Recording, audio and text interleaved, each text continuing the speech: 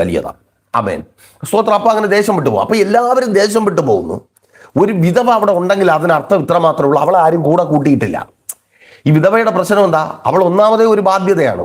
സ്വതവേ അബല ഒപ്പം ഗർഭിണിയും എന്ന് പറയുമ്പോൾ ഇനി ഇവളെ ചുമന്നൊരു ബാധ്യത ആകുമ്പോൾ ആരോ പറയുന്നുണ്ട്, അതേ പാസ്റ്റർ, എൻ്റെ ഭർത്താവിന് ഇപ്പം ഞാനൊരു ഭാരമാണ്, എൻ്റെ മക്കൾക്ക് ഞാനൊരു ഭാരമാണ്, എൻ്റെ പ്രിയപ്പെട്ടവർക്ക് ഞാനൊരു ഭാരമാണ്, എന്നെ ഒന്നിനും കൊള്ളാത്തവളായി ദൈവം ഞാൻ ആക്കിയല്ലോ.